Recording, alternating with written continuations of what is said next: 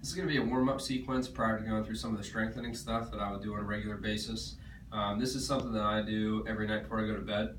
I recommend anywhere between minimum of 5 reps, maximum of 10 to 15, so it shouldn't take you that long to get through.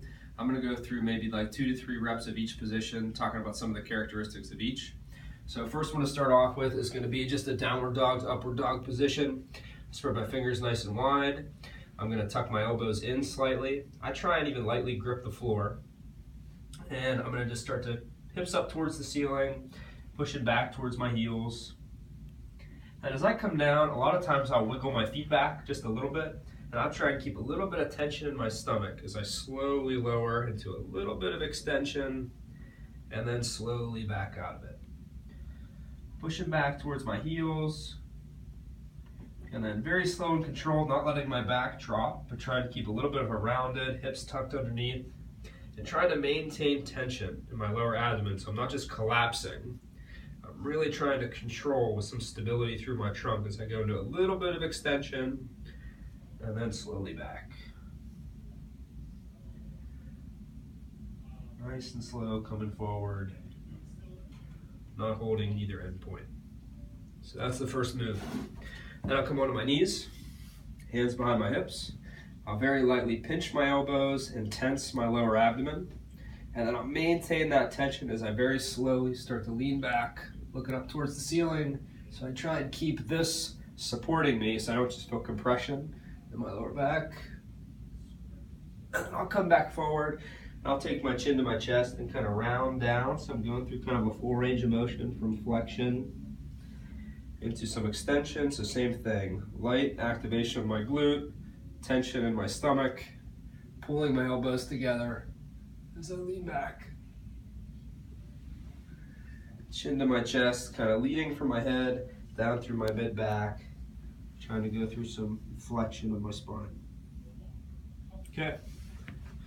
And third on the list, this one's a little tricky. So the basic position for this one would be, even if you can just do a little bit of a rock, even if I take my hands at my side and I do just a little bit of a rock back down. This once again is also trying to stretch me into somewhat of a flexed position. So starting off, just trying to kick your feet and using your hands as a little bit of a push. The more advanced version will be to take your feet up towards the ceiling and use these hands to press. And then a little bit more of a straighter leg position, I go back as far as I can. And then I use my hands to really press into the floor as I reach more straight up towards the ceiling. And then slowly back down. So instead of just stretching, I take myself into the stretch, and then I'm activating the back half of my body to press back up towards the ceiling. Okay. Number 4 is tabletop. So hands at my sides, just behind my hips, knees bent slightly, pressing through the heels, coming up into some shoulder extension and hip extension, and then slowly lowering back down. When I initiate this movement, I try and very lightly pull my shoulders back and press down. And I try to maintain that, so as I lift up, I don't let them just collapse back forward. So down and back, driving through the heels. Same thing, engaging my glute as I press up and look up towards the ceiling. I maintain the same wide positioning of my fingers and gripping of the floor as I go through this motion. Then I'll go down onto my back, hands overhead, tension in the stomach, flattening my back into the floor, and I'll lift legs straight up, and I try and keep my knees as locked as I can so I get to a little bit of a hamstring stretch. And then I don't really curl, right? I don't do a crunch.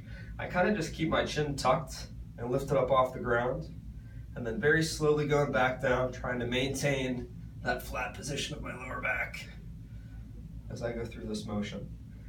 Obviously the key for this is that I don't want to be so challenged that I can't keep my back flat into the floor. So if your back is raising, you're better off doing this with bent knees.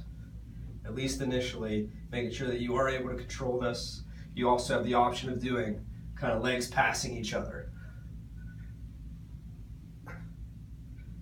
But ideally, this is the most challenging of the group. I can also stick with straight legs and just not take them all the way down. Okay?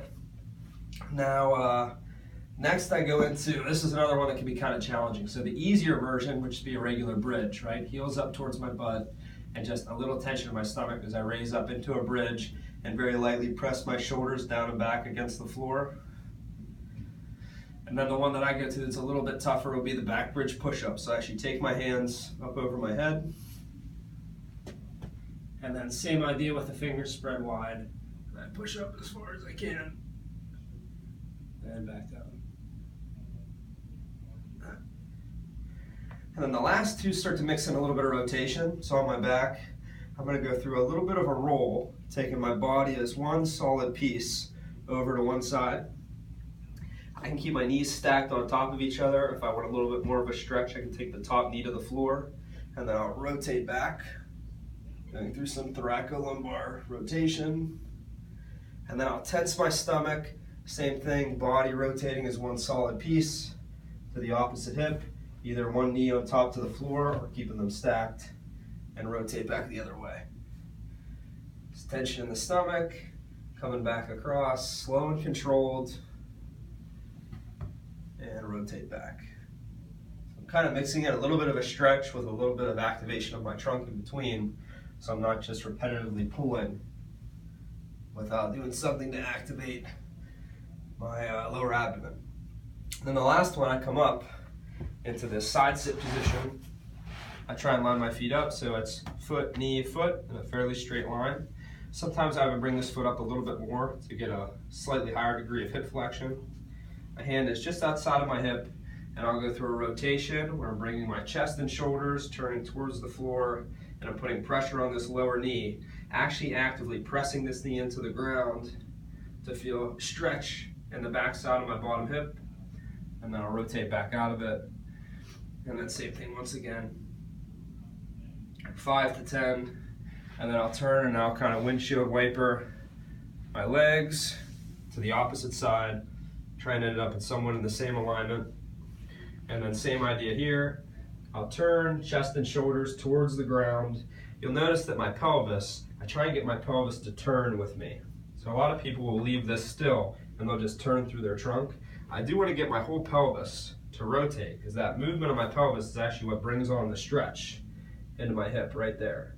I could continue to just rotate this way and not feel much of anything. It's not until my pelvis actually starts to turn towards the floor and I press my bottom knee that I feel that stretch. So that's the warm-up.